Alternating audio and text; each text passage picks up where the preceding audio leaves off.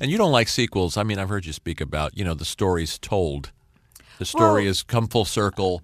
Why do we need to revisit these characters again? A lot of the time, that's the case. I mean, something like James Bond, you wouldn't call those sequels. Sure, no, that's different.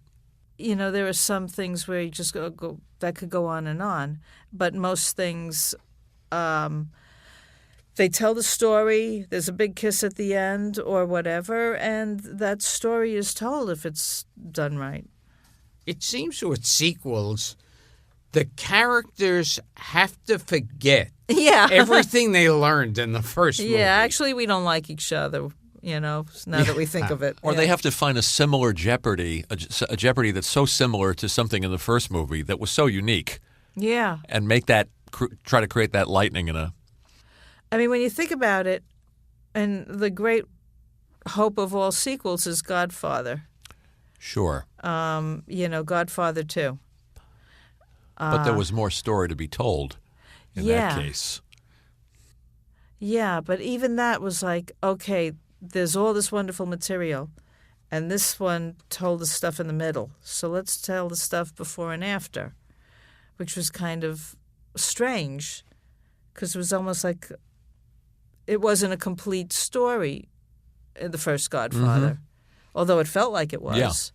Yeah. So it didn't feel like a sequel.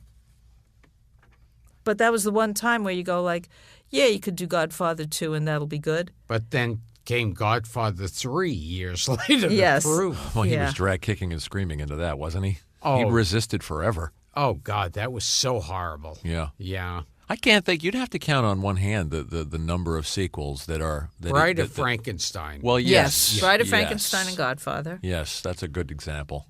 Yeah. And... not many. What I remember is in Jaws 2... Don't bring that one up. The mayor didn't believe there was a shark. And I thought, well... He already witnessed all this. And didn't you see Jaws 1, Mr. Mayor? Yeah. That's a future episode idea. Oh, yes. Successful sequels. Not many. What works sometimes is the meeting of things. Abbott and Costello meet people. Sure. Godzilla meets another monster and, things that you go, well, I like this and I like that, and so they might as well both fight. It's different, though, because it's like Bond. You'd have one character that you're building new stories around. When you have to take 10 or 12 characters from the first movie and now make magic again with those elements, that's got to be tough. But also those, like, all those Marvel and DC movies, but those are like comics, and there's endless amounts of stories with those guys. But I didn't like when they made Superman and Batman like going to fight together. And I don't like the idea of superheroes that I'm supposed to like being against each other. I don't want there to be a civil war, and I don't want Superman to fight with Batman. I want them to fight with bad guys, because the fun stuff about those is like fun bad guys. Right. That's the best. That's how I feel about Bernie and Hillary, by the way.